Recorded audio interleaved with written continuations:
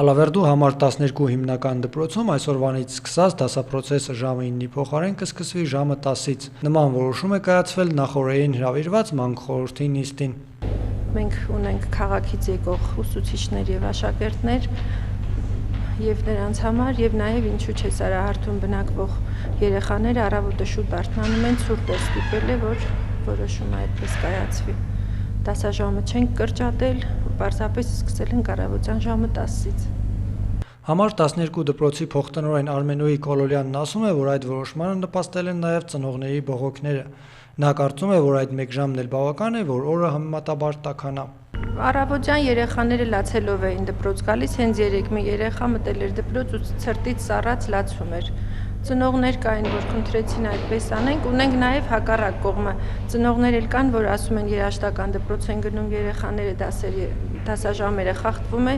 բայց ինչև է, ցուրտը ստիպել է, ինձ թվում է որոշումը ճիշտ է։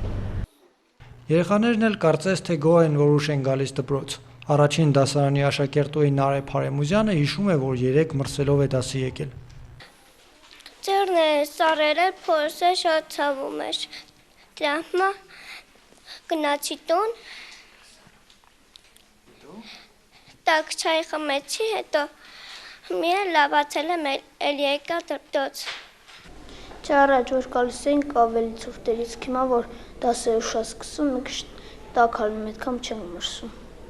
Ալավերդու համար 8 դպրոցում աշակերտներից իմացան, որ դասի են գնում ինչպես միշտ ժամը 9-ին, սակայն իրենց մոտ երկուշաբթի օրվանից սկսած դասերը 45 րոպեի փոխարեն 35 րոպե են տևում։ Դպրոցի տնօրեն Ալվարդ Բաբայանի հետ խոսել մեզ չհաջողվեց, քանի որ դպրոցում չէր։ Հեռախոսազանգերին էլ չպատասխանեց, իսկ դպրոցի ուսուցիչներն ու փոխտնօրենը հրաժարվեցին հարցազրույց կամ ինֆորմացիա տալ առանց տնօրենի թույլտվության։ Վահե Աղամյան, Գևորգ Քոչինյան, լուրեր։